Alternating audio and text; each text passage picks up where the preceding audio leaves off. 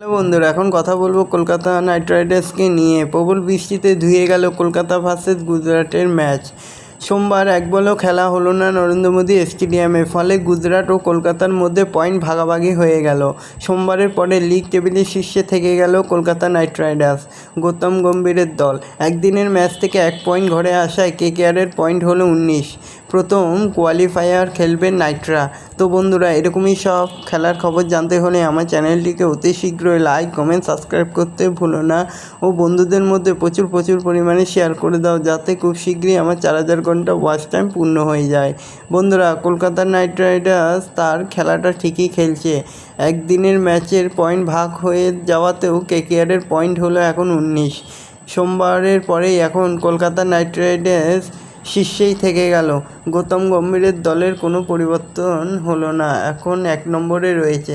তো দেখা যাক শেষ পর্যন্ত ধরে রাখতে পারি কি না। প্রথম কোয়ালিফায়ার খেলবে নাইট রাইডার্স, তো দেখা যাক কি হয়।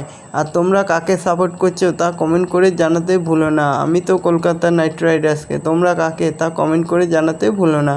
তো বন্ধুরা, সোমবার প্রবল বৃষ্টিতেই ধুয়ে গেল কলকাতা ভার্সেস গুজরাটের ম্যাচ, যেখানে মুম্বাই ইন্ডিয়ান্সের পরে গুজরাটও হয়তো ম্যাচ থেকে ছিটকে গেল।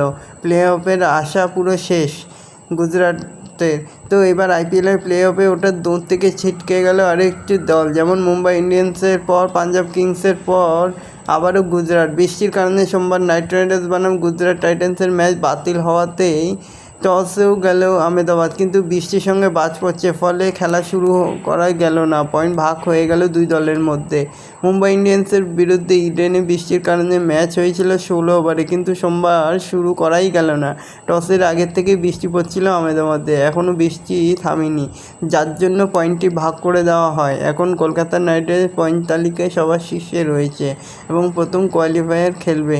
তো দেখা যাক শেষ পর্যন্ত জয়ের হাসিটা কে হাসতে পারে। এরকমই সব আইপিএলের খবর জানতে হলে আমার চ্যানেলটিকে অতি শীঘ্রই লাইক, কমেন্ট, সাবস্ক্রাইব করতে ভুলো না।